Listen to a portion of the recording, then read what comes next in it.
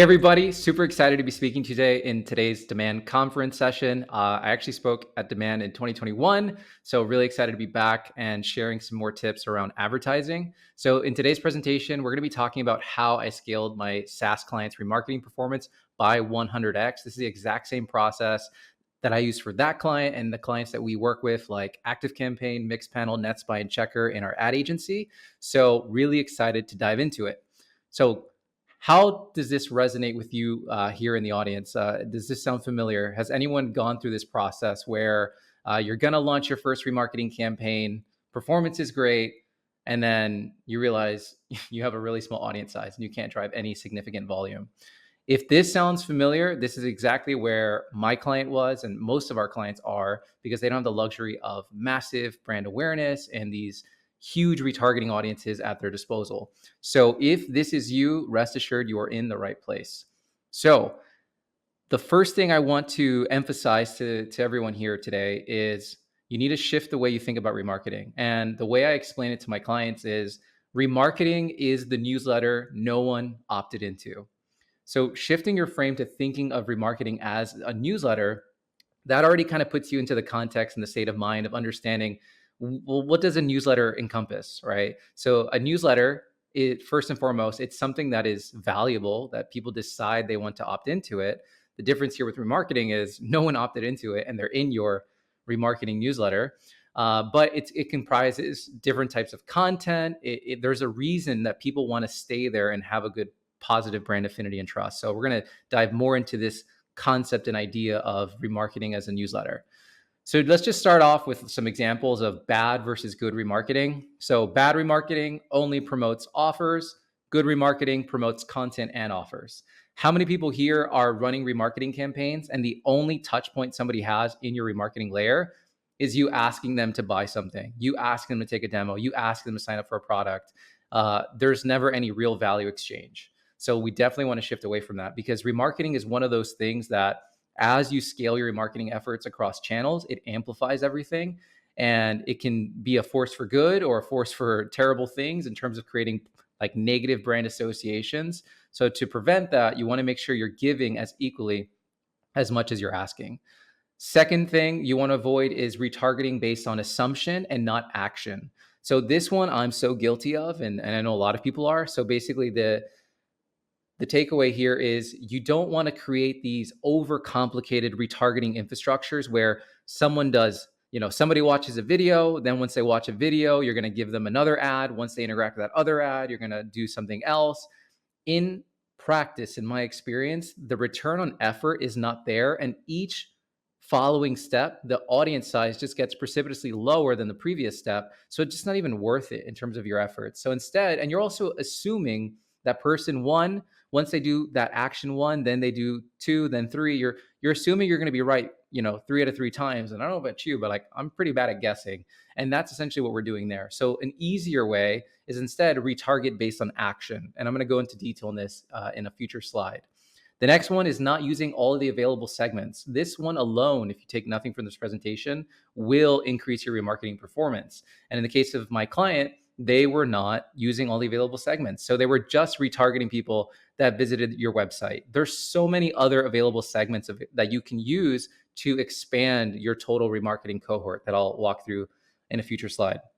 In addition to that, not failing to refresh creative on an ongoing basis. So if you're failing to refresh your creative on an ongoing basis, you're going to get ad fatigue and it's going to hurt your brand. And there's nothing worse than somebody seeing the same ad a zillion times and not interacting with it. So you want to make sure you're refreshing creatives on a monthly basis. So this is a good snapshot for everyone to take a screenshot, bad versus good remarketing. And now let's kind of dive more into the weeds here.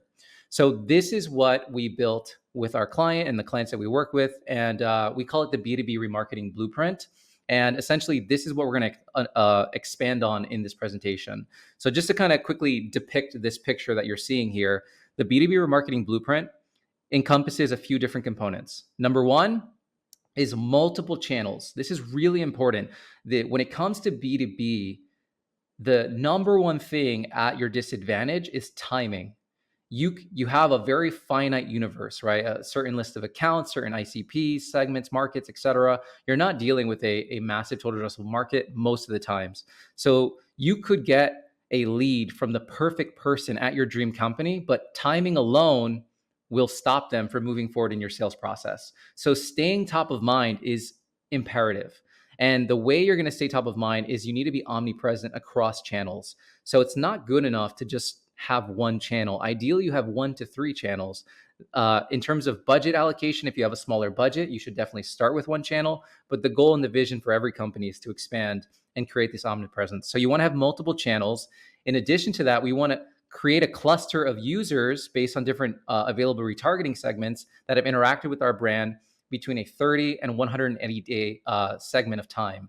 And I'll show you what that means in a second. From there, we have this cluster of people across channels. We've got different retargeting segments between 30 and 180 days. The next point is we want to now showcase to these people 50% of the time content and then 50% of the time offers. And then based on what they decided to interact with, we will retarget based on action and not assumption. And then this is where we can create some really personalized creative for our offer bouncer campaigns. So a ton. Let's go ahead and dive into what this means. So step number 1 is you want to choose your top 1 to 3 channels. So the goal is to stay top of mind and be omnipresent.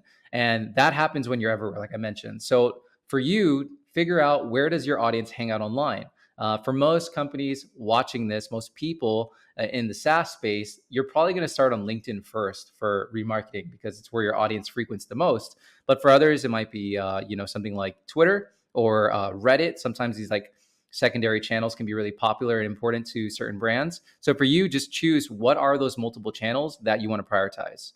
Once you've done that, you're going to create all of the retargeting segments available by time frame. So do not make the mistake of relying on one time frame or one specific retargeting segment. So what this looks like in practice is you're going to have 3 different cohorts of time. You're going to have 0 to 30 days, 31 to 90 days, and then 90 to 180 days. So the assumption is based on the recency, the propensity to convert is going to be greater. So for example, if somebody's been to interacted with your brand in a 0 to 30 day period, the assumption is they're most likely to convert or engage since they recently engaged with your brand.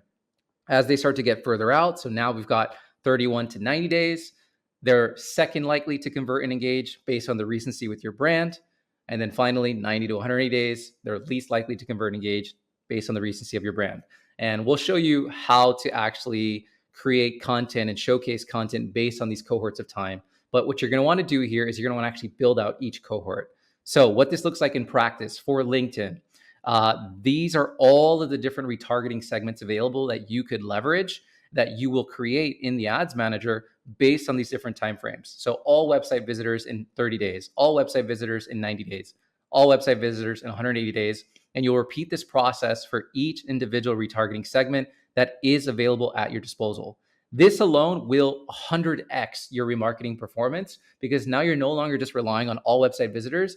You have company page visitors, document interactions, past event attendees, everything that's possible based on what you have at your disposal. So this will give you a much larger retargeting audience size that now, given that size, you are blessed with the ability to filter, layer things on top of it to get even more specific. So that's what it looks like for LinkedIn.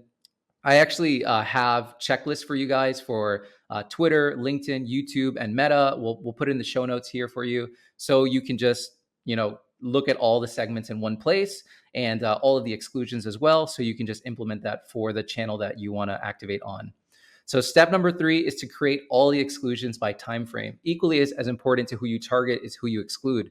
And we want to create this seamless experience for the user where they don't know what's going on, but it's happening. And that's kind of what we're aiming for. So to seamlessly move users through those different cohorts of time to showcase relevant offers, we need to use exclusions. So for example, with LinkedIn, that would look like all thank you page visits. So anyone that visited your form thank you page, all lead gen form submissions, all existing customers, all competitors, all partners, any poor fit titles or job functions or relevant company sizes.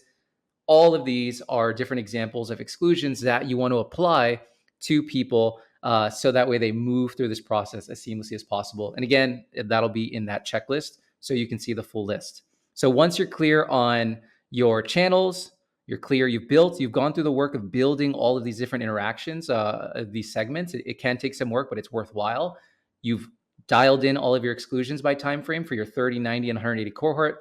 Now you're ready to move on to step number 4, which is you want to split that remarketing budget in half.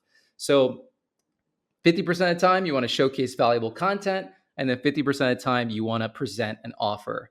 Very different to the remarketing experience that most users go through for most brands, right? It's constant demo, sign up for a demo. They never see anything else. It's constant, sign up for a trial, whatever that primary offer is. And there's not much in it for them, right? And unfortunately, they have to see your ad regardless, because they're opted into it without their explicit consent because of where we live today in terms of advertising privacy. So make it a joyous experience, right? Make it so when someone sees your brand in their feed, they have a positive affinity and association with it by just doing this simple step of like splitting your budget 50-50. 50% of the time you're giving without anything in relation, and 50% of the time you're asking for something in return. So just to really touch on this point because it's so important, this is like a great picture of like what most people's remarketing campaign experiences look like. It's like you're just freaking chasing people and they're just trying to run away as fast as humanly possible.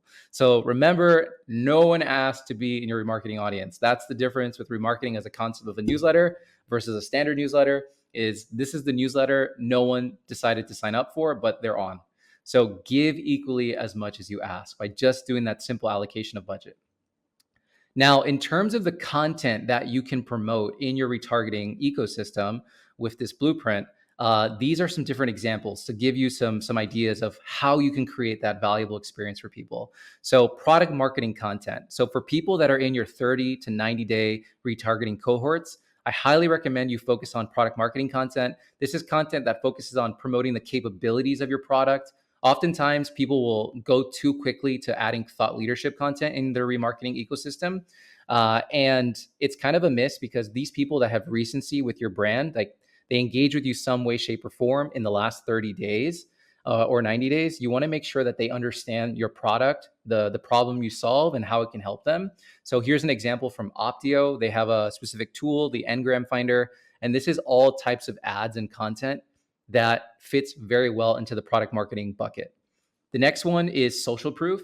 So social proof content, most people are familiar with this, but this is basically using other people's words and credibility and testimonials to showcase the value of your brand and products and services. So instead of them, you yourself saying, hey, get a demo, you're having other people speak on your behalf. So with social proof content, this is an example from Mixpanel. They've got video testimonials in feed. It's optimized for consumption with burned-in captions. They've got different creative concepts here where they have this example here with this quote and different reviews. And then they're also testing different video dimension sizes where they're doing, this in this example of 1200 by 628 versus this like 9 by 16 vertical landscape that's rendered on mobile with LinkedIn. So you can really go down the rabbit hole on each one of these different buckets and try to figure out what's the right ad type, what's the right creative concept, so that you can get the best response based on that specific bucket. So the next one is thought leadership content. And this is going to be people within that 90 to 180 day time frame. So people that they haven't had the most recency, they're not part of that 30-day group. And this is where you just want to educate that audience, that target audience, that really just positions you as an expert. So for example, with Active Campaign, you can see that they're using clips of a video interview that they did. So in this case, this is with Kyle from Growth Unhinged. They're just taking a clip from that video interview and they're promoting it to the people that matter. Here's another example of one of the speakers here at Demand, Rand Fishkin, that they did an interview with him and they're promoting that interview with Rand, and they're just taking a clip. So very much what you expect from like traditional organic social media. And then lastly, this is an example with Brendan Hufford, where they're taking that and promoting it as thought leadership content. So this is what we're most familiar with. I think the biggest miss, if you take anything from this section, is you want to include these other pieces, specifically the product marketing piece. So now you can really start to get awareness around the problems you solve, and you're not just giving content that might not connect to your product at the end of the day. Okay, so step number 5 is we want to retarget based on action and not assumption. So I've kind of been pulling on this thread throughout this presentation, and I want to expand on that. So once users decide to click through to your high intent pages, this is where you have the opportunity to create offer bouncer campaigns to push them to completion based on that primary action. So just to kind of take a quick recap, because we went through a lot really quickly. We've set up this retargeting blueprint. All right. So what does this comprise of? Number one is it's multiple channels. So step number one was we had to decide what are the 1 to 3 multiple channels that we want to leverage in our ecosystem. Number two is we created all of the available retargeting segments based on 3 different cohorts of time: 30, 90, and 180 days. So that could be website visitors, company page visits, video view completions, ad interactions, et cetera, et cetera. It'll vary depending on the channel. From there, then we got clear on our exclusion audiences as well, so we can move users seamlessly through that experience. And then now we just finished talking about, okay, when we showcase content 50% of the time, here's the different kind of content that we can showcase in the specific stage. So now they have decided, right? So from the user's experience, they're seeing content, they're seeing offers. Now I decide I want to interact with your demo ads. I decide I want to go visit your demo page, whatever that case might be. I decided, I expressed explicit intent that I'm interested in this thing. This is where, if audience size allows, you can create these offer bouncer campaigns where you're retargeting those individuals with personalized creative, asking them to complete that action. So think abandoned cart in the e-commerce context. And that's what we did with this client. And it was really powerful in terms of driving direct response demos. And this is a great example from Beehive that's doing this. So for example, people that visit their pricing page, if they don't convert, or some other high intent page, this is where they're showcasing ads like this, where it says, and you can see here in the copy, they're saying on the fence about Beehive. So these are specific to people that expressed intent, first party intent. So now they're trying to get them to actually complete that action. I hope this was helpful. If you have any questions, if you want to learn how to go through this blueprint in much more detail, then definitely scan this QR code or go to this blog. It's a 35-page blog, 5,000 words, 10 embedded YouTube tutorials. As you can imagine, each one of those components could be a presentation on its own, and it walks you through how to build this whole blueprint. Thanks for watching.